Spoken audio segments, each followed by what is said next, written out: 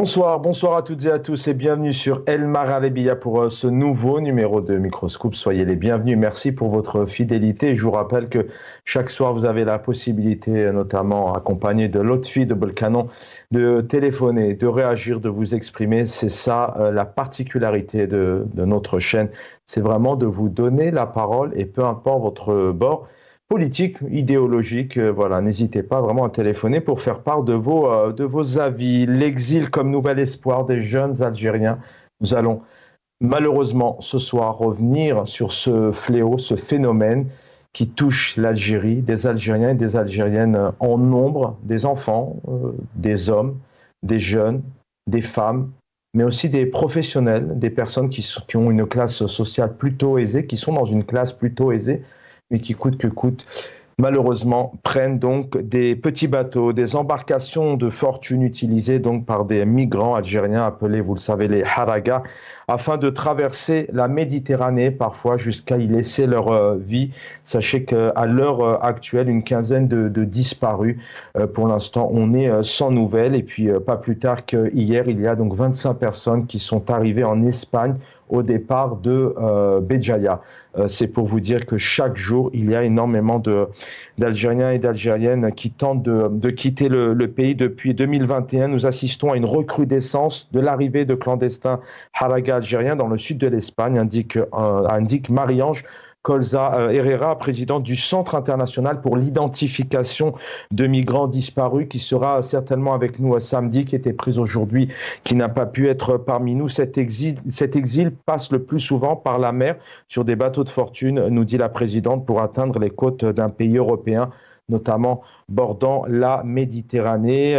Depuis 2021, nous dit-elle, cette route migratoire, aussi risquée soit-elle, est en train de changer de raison du contexte politique, surtout économique. Elle revient notamment sur les libertés, pas seulement des jeunes hommes, je vous le disais, comme avant, des jeunes, des garçons, mais de plus en plus de jeunes familles avec des enfants, des jeunes mamans et des étudiantes qui prennent le large. Absence de liberté, bien évidemment, on va en parler ce soir. Dernier classement de l'ONG Freedom House dans la liste des pays sans liberté, dont les richesses, nous dit l'association, dont les richesses sont contrôlées par un clan politique principalement militaire. C'est pas nous, encore une fois, qui le disons.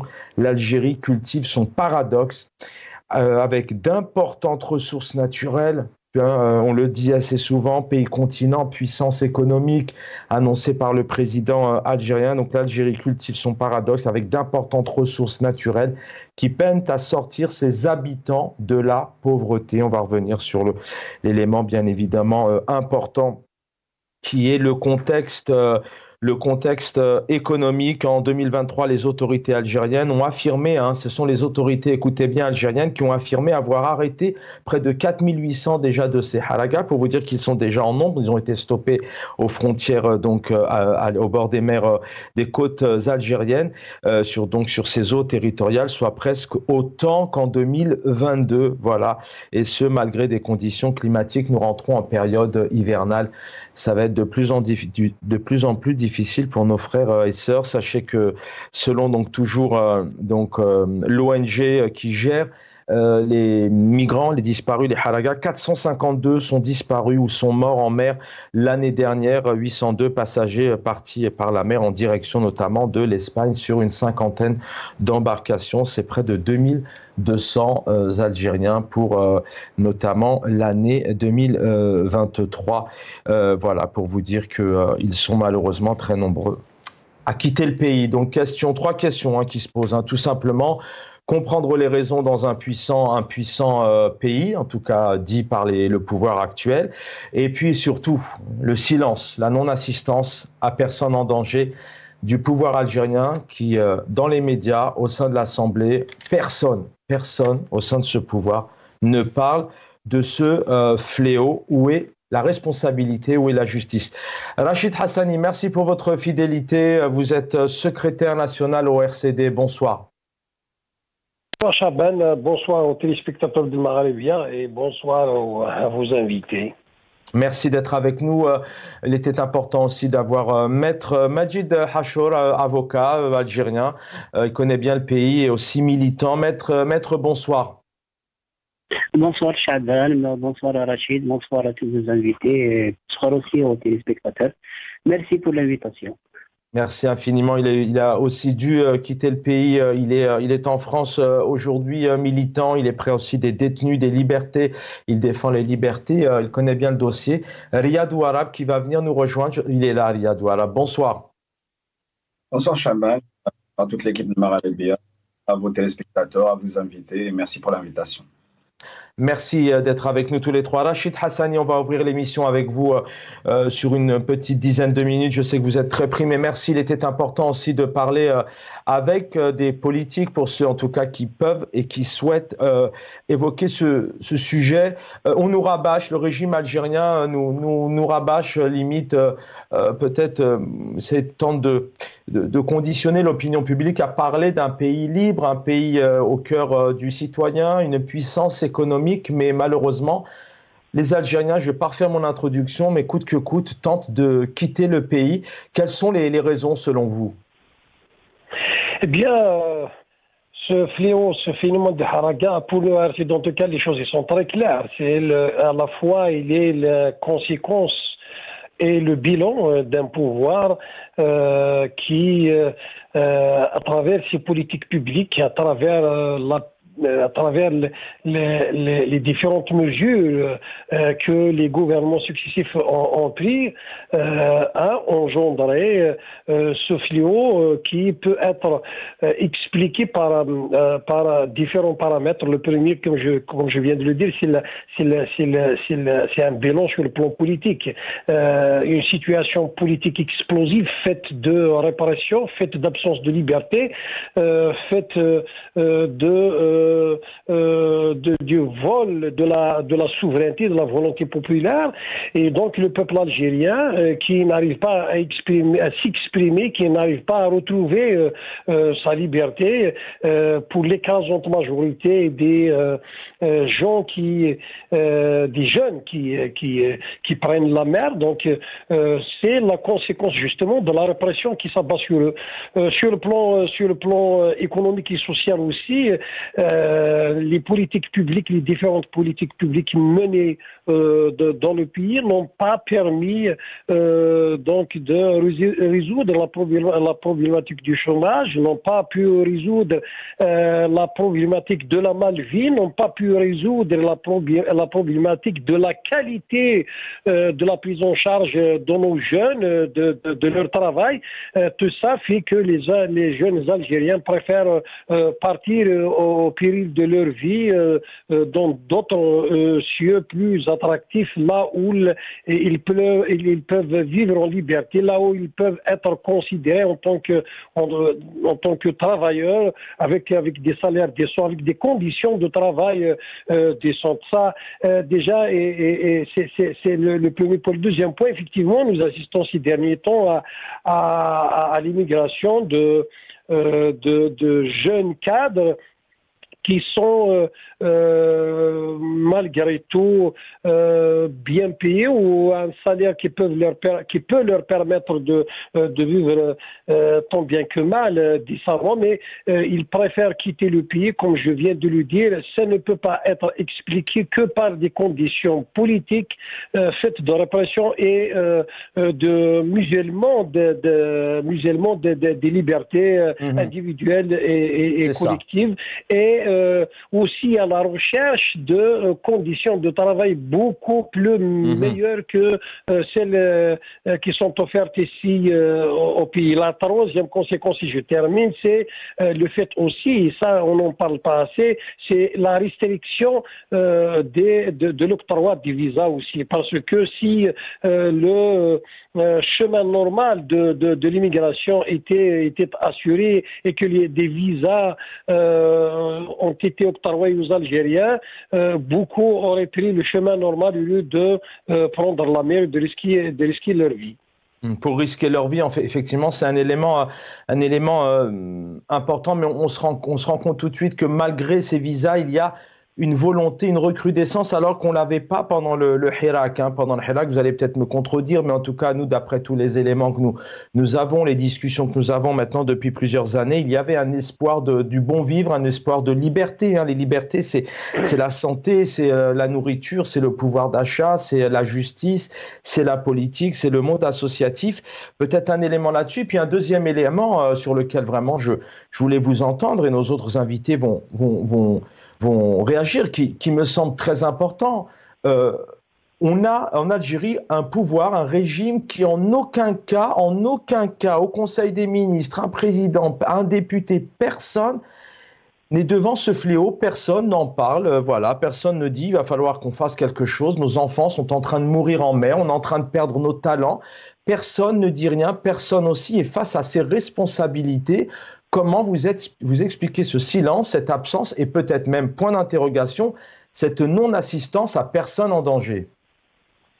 Eh bien, c'est très simple, comme je viens de le dire. Ce fléau est d'abord la conséquence de leur politique. Et à partir de ce moment, ce fléau est en soi un camouflet pour leur profession de foi, pour les bilans et les satisfecits qu'ils se donnent. Donc, ça, c'est l'image hideuse de leur bilan. C'est l'image qui contredit leur bilan et leur satisfecits récurrents. Donc, ils n'en parlent pas parce que cela reviendrait à reconnaître leur échec, l'échec de leur politique. Et donc, c'est normal qu'ils n'en parlent pas. C'est une fuite en avant, c'est un déni, comme tous les dénis, parce que, aussi sur le plan politique, ils sont en train de nous dire que nous vivons une situation politique normale, sans crise, que sur le plan des libertés, nous vivons une situation aussi normale et que les Algériens sont libres de s'exprimer et de faire, de faire librement tout ce qu'ils veulent. Et voilà, nous sommes devant une situation réelle faite de répression, une situation réelle faite de un certain nombre de fléaux comme celui de la Harga, et une situation officielle, un discours officiel qui est complètement dans le déni de la réalité, qui nous donne de faux chiffres, qui nous donne de faux espoirs et qui communique de faux bilans. Voilà la situation où on en est aujourd'hui. Donc, ce pouvoir ne peut pas se déjuger, ne peut pas parler de ce fléau au risque de se déjuger et donc il fait comme si de rien n'était.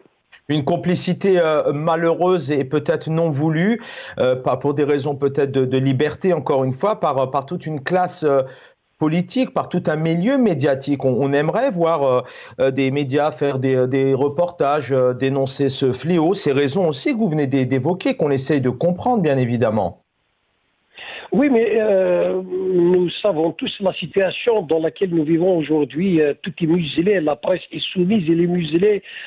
Quand vous évoquez des sujets, les sujets qu'on met entre guillemets, les sujets qui fâchent, les sujets dont le pouvoir ne voudrait pas qu'on en parle. Donc, vous êtes directement intimidé, immédiatement intimidé, voire convoqué, des fois même incarcéré. Nous avons beaucoup de journalistes qui évitent justement de parler d'un certain nombre de sujets qui contredisent les bilans, les mensonges de ce pouvoir. Les partis politiques aussi, pour l'écrasante majorité, sont aujourd'hui soumis et donc ils n'évoquent pas ces sujets qui fâchent aussi au risque de ne pas plaire à ce pouvoir, au risque de s'attirer les foudres de ce pouvoir. Voilà la situation aujourd'hui, faite de peur, de répression, de musulmans, de toutes les libertés, qu'elles soient syndicales ou autres. Voilà.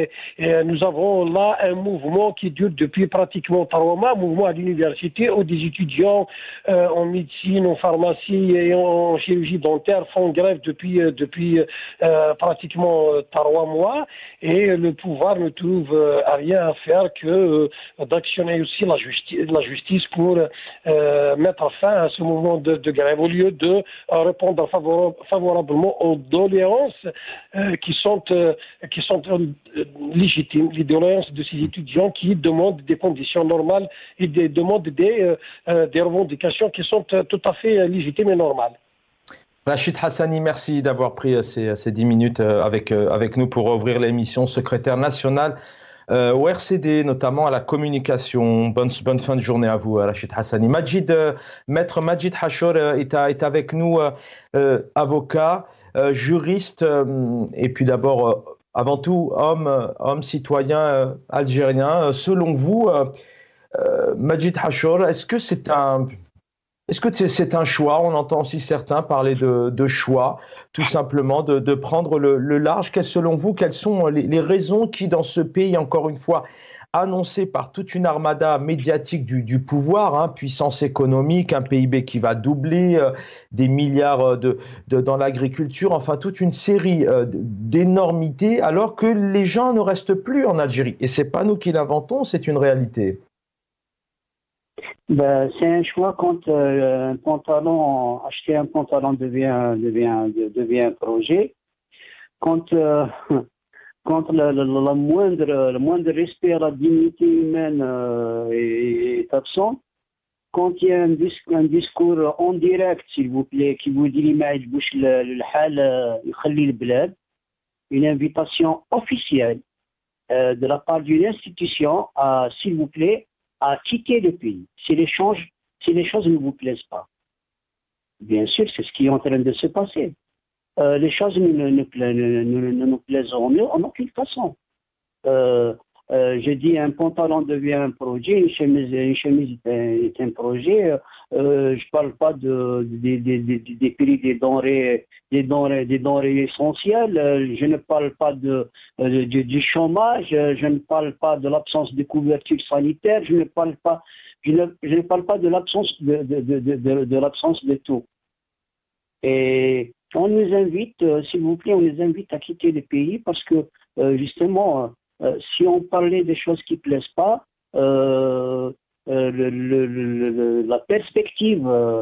la perspective apparente et visible, c'est la prison. Voilà ce qui se passe en Algérie. Vous luttez pour que ça change, vous avez la prison. Vous vous taisez, vous avez un AVC, vous avez la tension qui monte, vous avez le diabète. On n'a pas fait, de 2019 jusqu'à aujourd'hui, on n'a pas fait les statistiques de nombre de diabétiques. Pas pour les plus de 50 ans. Pour les moins de 50 ans. On n'a pas fait le bilan des gens qui ont des hypertensions. On n'a pas fait le bilan de la paupérisation ambiante. Et en face, on vous dit que tout va bien, ça marche, il n'y a aucun problème. Il y a des projets en route, il y a des projets en cours, des projets pharaoniques. Que si certains fuient, c'est par rapport à des choses bureaucratiques. Bon, il se pourrait qu'il y a de la bureaucratie en Algérie, puis les gens ont envie de sortir parce qu'ils ont envie de changer, s'il vous plaît. S'il vous plaît. L'Algérie va mal et les jeunes vont mal. Moi, ça me rappelle cette histoire de jouer sa vie à la roulette russe, ça me rappelle un projet en plein Disney noir. Vous savez, en plein Disney noir, le jeune, il avait le choix entre quoi et quoi. Il avait le choix entre les cercueils et les cercueils. Il y avait une ministre, maintenant elle est au Conseil constitutionnel, une ministre de la Jeunesse et des Sports qui proposait une carte pour que les jeunes aillent se coiffer gratuitement. Voilà ce qu'on propose aux jeunes. Aujourd'hui, Qu'est-ce qu'on propose aux jeunes? Bon, il y a mieux peut-être. Il y avait mieux. À la Disney noire, il y avait cette carte. Aujourd'hui, les gens, on propose quoi aux jeunes? On propose aux jeunes la prison. Écoutez, il n'y a personne qui va risquer sa vie en plein hiver, au début d'hiver. Ma pensée aux 15 disparus.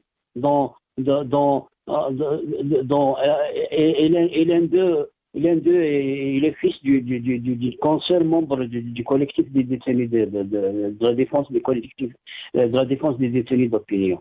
On a une pensée aux familles. On ne choisit pas d'aller mourir en plein hiver, au début d'hiver, parce que ça plaît. Il y a un problème de dignité, il y a un problème de respect, il y a un problème d'expression, et le plus important, et vous l'avez dit, Chaban, C'est un problème de perspective. Pourquoi de perspective? En 2019, les gens n'allaient pas mourir en beauté de fortune parce qu'il y avait une réelle perspective. Parce que les jeunes sentaient qu'ils pouvaient lutter pour changer les choses. Les jeunes étaient impliqués. Les jeunes s'exprimaient librement. Ils sentaient la liberté. Ils respiraient la liberté en plein Hirak. Du moins chaque vendredi et chaque mardi. Ils sentaient cette liberté. Ils sentaient cette perspective. Et là, quand il y avait tout ça, ils avaient éprouvé le besoin de vivre et de lutter. Quand on enlève un citoyen, un être humain, l'instrument de sa vie, la lutte. La lutte et l'espoir. Je reviens à vous dans un instant, Majid Hachon. Merci pour ces quelques mots assez touchants et beaucoup d'émotions, hein, parce que vous êtes au pays, vous nous faites vivre le contexte. Un exemple, et on a une pensée à toutes ces familles. 20 personnes sont mortes après le naufrage de 2 embarcations parties d'Algérie, notamment c'était à mi-mai 2022. Je pourrais comme ça vous citer, mais n'hésitez pas à aller vous renseigner, Info Migrants, allez sur les ONG, vous allez voir sur les presses internationales, vous allez voir sur les réseaux sociaux aussi vraiment le constat par vous-même. Riyad Ouarab est avec nous, militant auprès des détenus, mais aussi pour la cause des Haragas. Riyad Ouarab, les raisons, on a un pays devant, je le disais, c'est des questions peut-être assez simples, mais on est en train de vendre au monde entier. Le défilé du 1er novembre, il a été gigantesque. Enfin, c'était quelque chose de magnifique, il ne faut pas le cacher. Mais derrière ça, chaque semaine, il y a des centaines et des centaines d'Algériens et d'Algériennes qui s'en vont et qui ne peuvent plus vivre dans ce pays. Quelles sont les raisons? Pourquoi, selon vous? Le 1er novembre aurait été vraiment magnifique si le peuple vraiment était heureux. Ce n'est pas le cas. Ah oui. Les jeunes partent parce qu'il n'y a pas d'espoir. Comme vous l'avez précisé, comme Maître Hachon l'a précisé, durant les manifestations du Hirak, les jeunes, ils avaient de l'espoir. Ils pensaient qu'ils allaient réellement participer à la construction de leur pays. Ce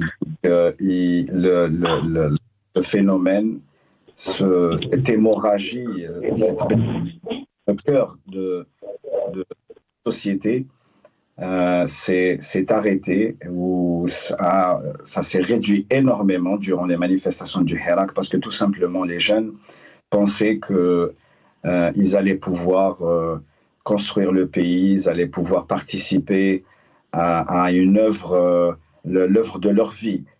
C'est ça, chaque génération, elle apporte un plus, elle apporte quelque chose pour le pays. Mais malheureusement, dans notre pays, ce n'est pas le cas. Génération après génération, le peuple est exclu, particulièrement les jeunes sont exclus des centres de décision, sont exclus des projets ou de la construction du pays, parce que tout simplement, le pouvoir en place, la junte militaire en place, ne construit pas le pays. Elle le détruit ou elle le maintient dans un état de sous-développement d'une façon préméditée. Et les jeunes, quand ils n'ont pas d'espoir, ils partent. C'est pas facile de quitter l'Algérie. C'est pas facile de quitter.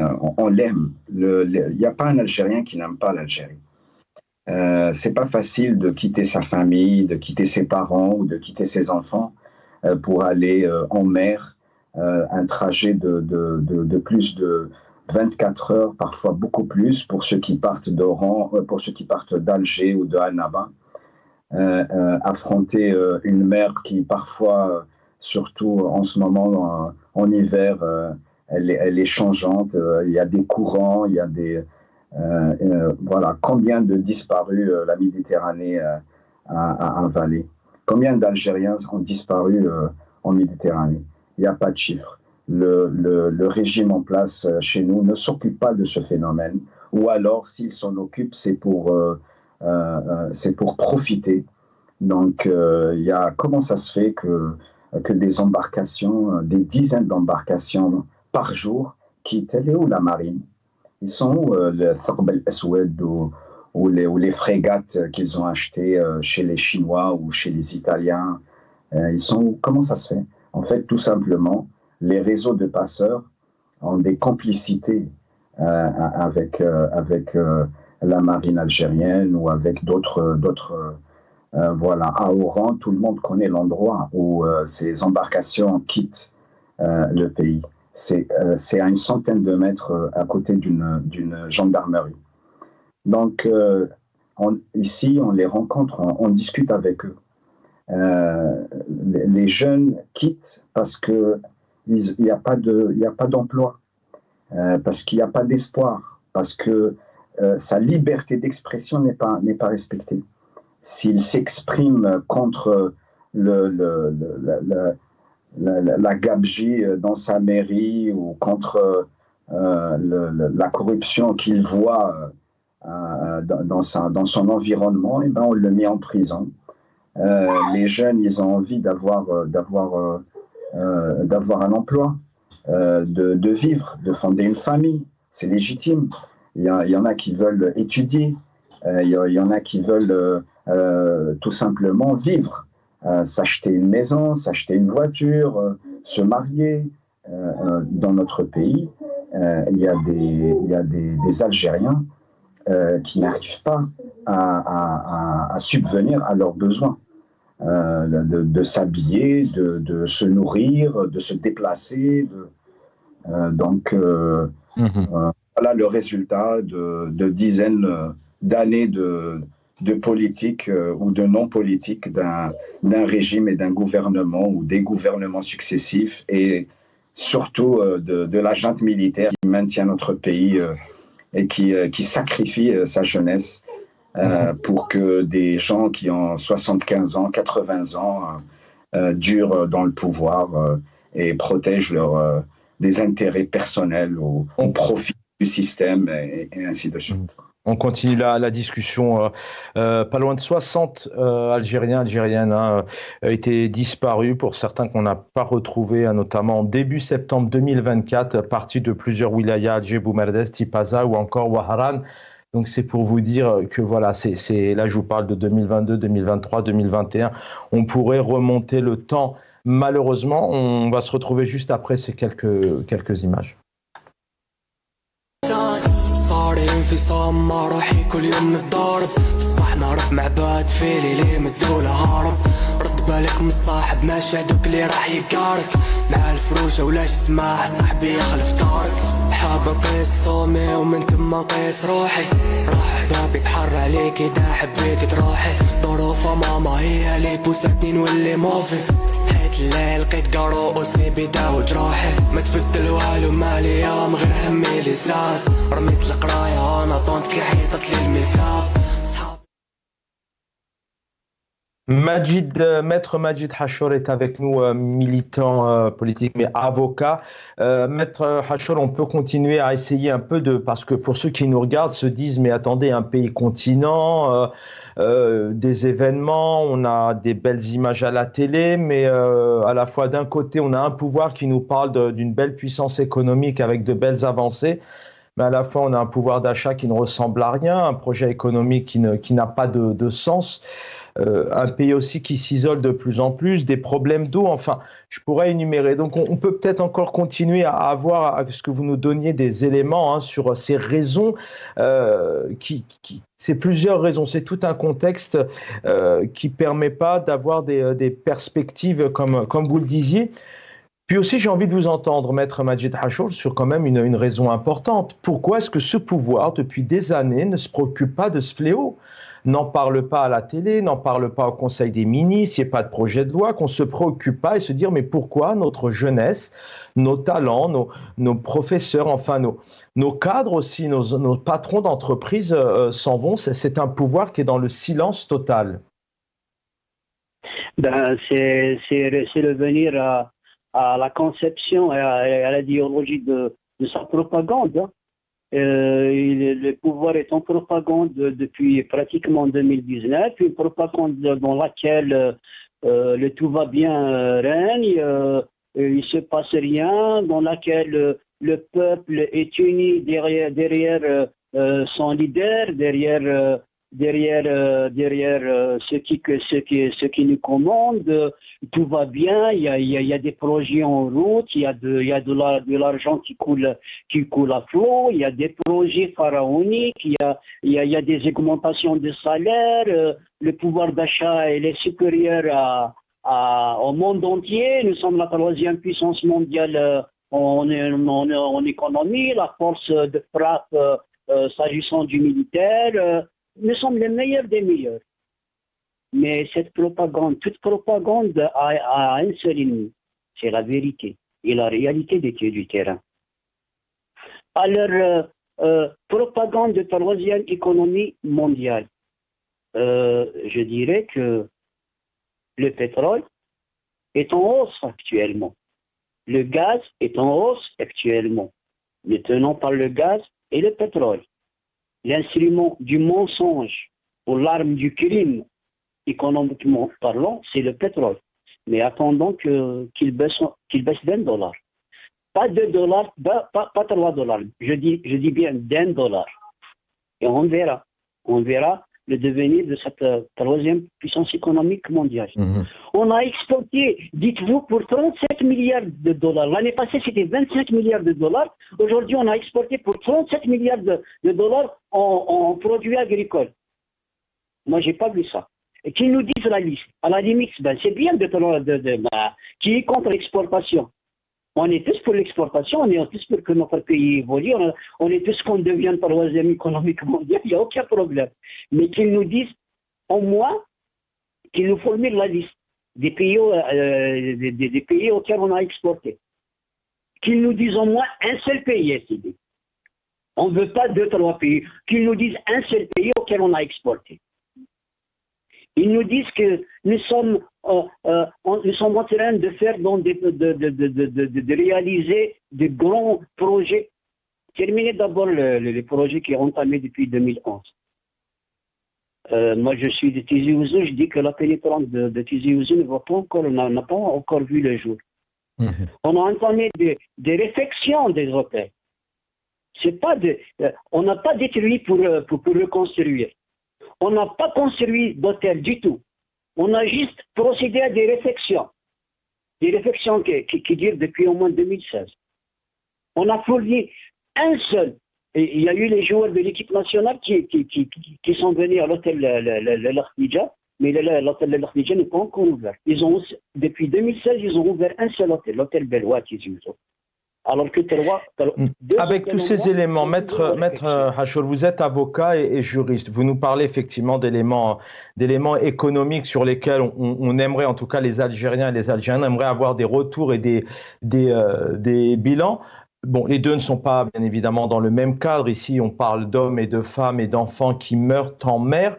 D'un autre côté, on a aussi de l'argent qui est utilisé à bon escient et parfois dilapidé. Mais en fait, dans les deux sens, on a l'impression que c'est un pouvoir qui ne répond jamais de ses actes positifs, négatifs, qui ne s'explique jamais. C'est parce qu'il n'y a pas de justice.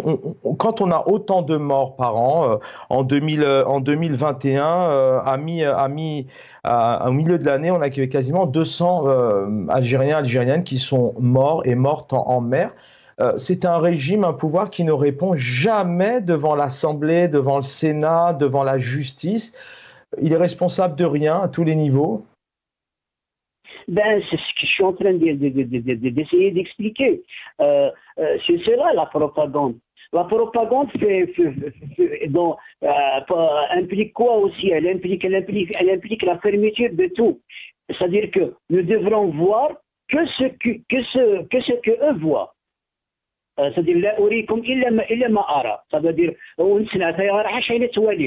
donc on devrait voir que ce que cette propagande voit et propose. Et bien sûr, pour ce faire, on ferme tout. On ferme le champ politique, on ferme le champ médiatique, on ferme l'expression, on ferme les revendications pour qu'il y ait cette irresponsabilité inouïe.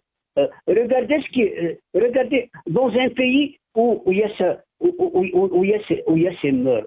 morts, il y a ces décès. Attends un jour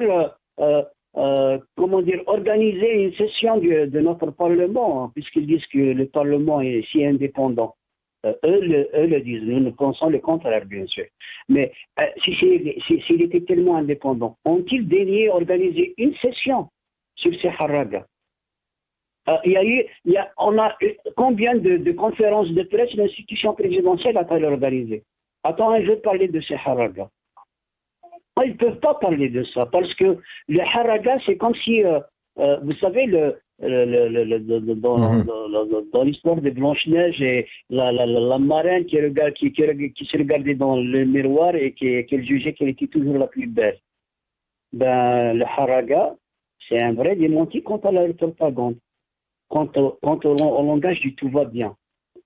Le langage mais malheureusement, ce qui se passe, c'est-à-dire au-delà de cette irresponsabilité, au-delà de cette inconscience, au-delà de ce mépris, on assiste à des morts à huis clos.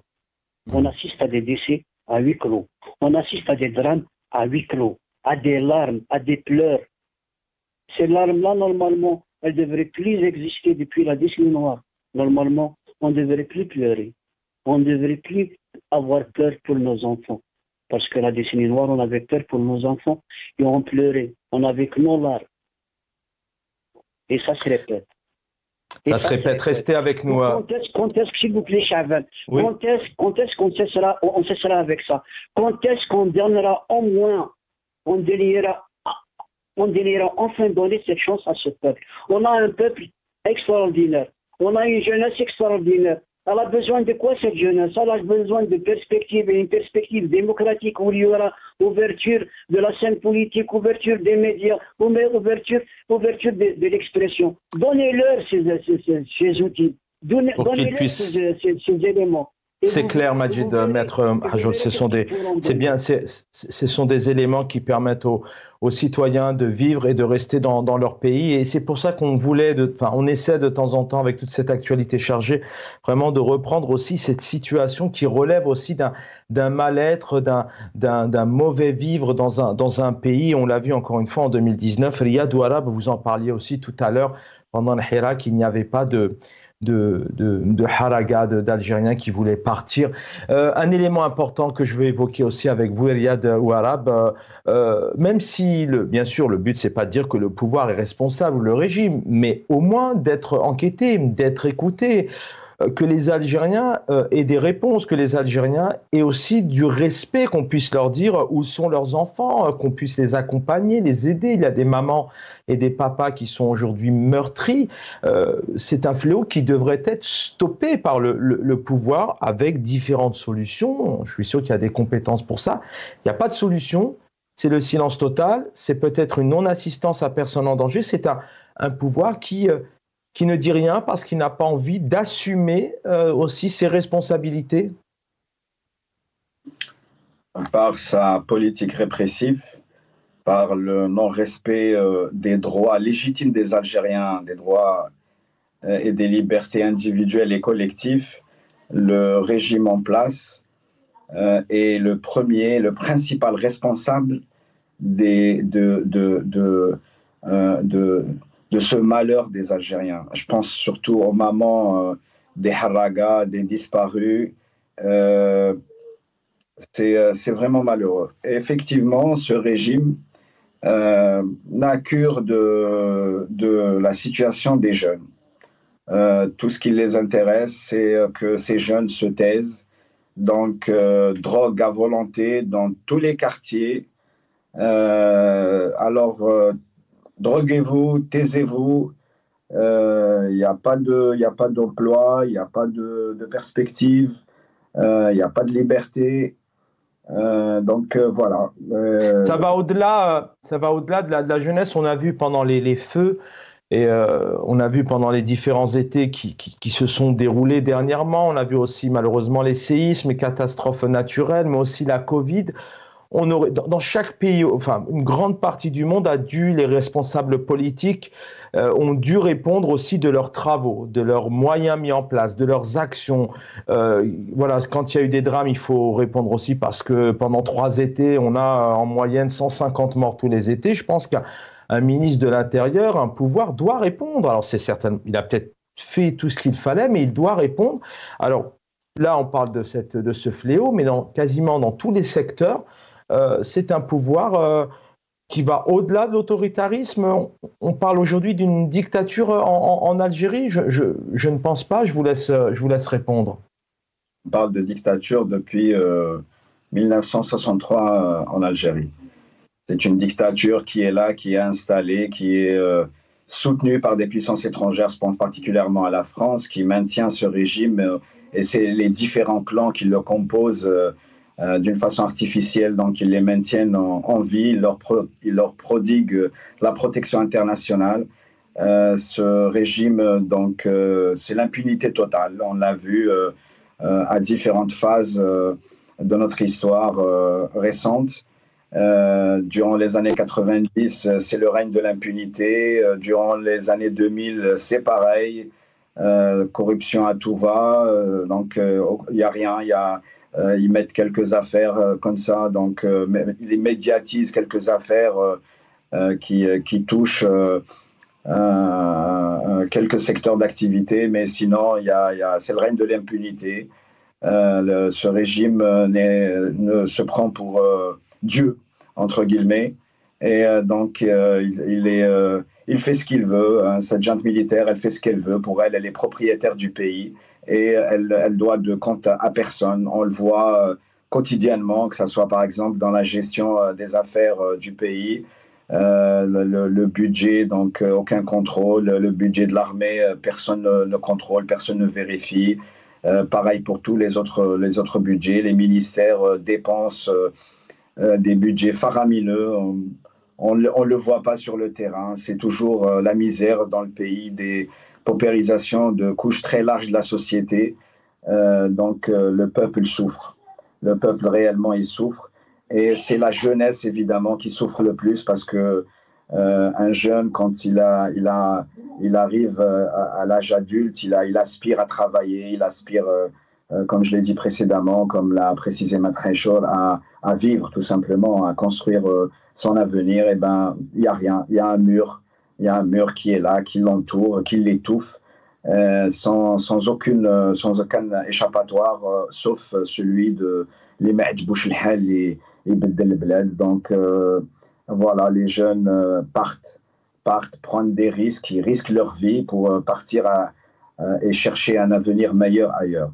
Je tiens à préciser aussi qu'actuellement, le sujet principal qui occupe notre jeunesse au pays, c'est la nouvelle loi sur l'immigration qu'a promulguée le Parlement espagnol. Ils ont décidé de régulariser un nombre assez important de migrants illégaux. Donc pour eux, voilà, les jeunes, ils veulent partir, mais ils veulent aussi s'installer d'une façon régulière, avec des papiers. Voilà. Et pour tous les éléments que vous venez d'évoquer, qui relèvent aussi certainement d'un État démocratique avec un grand D. C'est quelques petites images et on se retrouve après pour les 3 dernières minutes. السلام عليكم الزعماء الفحلات، تحياتي لكم، جاسبر تكونوا بها. اليوم جينا نحكوا في موضوع للاسف شيء مؤسف كما يقول لك، لا تأدوا انفسكم الى التهلكه. هادو محرقات على بوينت، اب مع الام مع زوج بنات، وحده 9 سنين وحده 4 سنين، رايحين حراقه خرجوا لهم قطاع الطرق في عين بنيان، اجريسوهم وقتلوهم. الام ماتت، الطفله في عمرها 4 سنين ماتت، الاب قام داوه الحبس باسكو دامرت ولادو للتهلكه، حراقه قام داوه الحبس. والبنت 9 سنين سلكت في سبيطار بطراريه، اي في سبيطار بطراريه، تحكي لي صور. قالت لهم بلي انا كنت شاده في البيدون واللي ما يديش كلاولها لحمها. قالت لهم انا صوفاني البيدون معلقه في البيدون حتى طلع النهار، اللي ما يديش كلاولها لحمها. اي في سبيطار بطراريه الطفله 9 سنين في عمرها. قالت لهم كي حسيت روحي بالثقل نحيت الباسكات ديالي وقعت معنقه في البيدون، حتى بدا يطلع النهار شافها واحد الشيخ سماتو عمي فلان على كل حال، كان يصيد، شافها كوانسيدون زهر، شافها معنكشه في البيدون. راح يجري يسلكها في سبيطار طاريه مشوكيه لحمها نكول بليميديس وزرق الماء بارد. خوتها 4 سنين ماتت ويماها ماتت، ومع العلم باباهم عنده ريستورون. طفله واش تحكي، مع العلم باباهم عنده ريستورون وطفله عايشه بالشوك. دوك انت عندك ريستورون طغيت، حبيش تحمد ربي ولا ما فهمتش انا.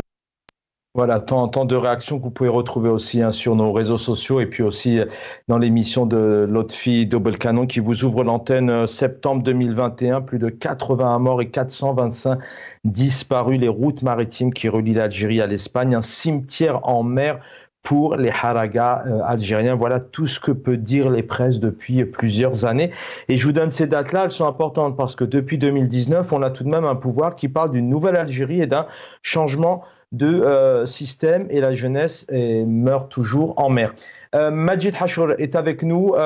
Voilà, la dernière minute, le mot de la fin avant de vous libérer. Peut-être un mot d'espoir ou comment vous voyez un peu le changement tout de même, Majid Hachour. Politique, on parle de géopolitique, on parle trop de géopolitique, mais je dirais que la ressource humaine fait partie intégrante de la géopolitique. L'Europe est un pays vieillissant. L'Europe est un pays vieillissant et a besoin de main-d'œuvre. Cette main-d'œuvre-là que nous sommes en train de brader. Eux, ils sont en recherche de main-d'œuvre et nous, nous sommes en train de brader notre main-d'œuvre. Dans le registre du bradage, on a bradé nos ressources naturelles, et voilà maintenant que nous sommes en train de brader la ressource la plus importante, la ressource la plus au-delà des richesses, au-delà du politique, au-delà de l'économique. La richesse la plus importante, c'est la ressource humaine. Et le plus important dans un État, c'est le citoyen. Il n'y a pas d'État sans citoyen. Pour combien de temps, pour combien de jours, pour combien d'années allons-nous comprendre cela? Pour combien d'années allons-nous cesser de mépriser ces citoyens, de mépriser ce peuple, de dire Bishab el-Bared? Mais c'est vous qui ont créé ce Shab el-Bared. Il n'y a pas de mauvais citoyens, il n'y a pas de mauvais peuple, il y a de mauvais systèmes. Vous savez, le peuple qu'on dit de Shab el-Bared, comment expliquer que dès qu'il arrive en Espagne, en France, en Italie, il travaille bien, et plus que ça, il brise. Donc il n'y a pas de mauvais peuple. Il brille et il crée. Voilà, exactement. Il brille et il crée plusieurs. Il crée leur propre entreprise et deviennent de self-made men, admirables. Donc il n'y a pas de mauvais peuple, il y a des mauvais systèmes. Des talents que l'Algérie perd malheureusement. Maître Hachour, merci d'avoir été avec nous. On va terminer la dernière minute avec Riyad Ouarab, qu'on a le plaisir aussi d'avoir assez souvent. Et merci Riyad Ouarab, le mot de la fin, quelques secondes. Voilà ce que vous avez envie de passer comme message. C'est le message qu'a crié le peuple algérien depuis février 2019. C'est le Dawla Madaniya Mashi Askariya, c'est le Hirak ou le Hel.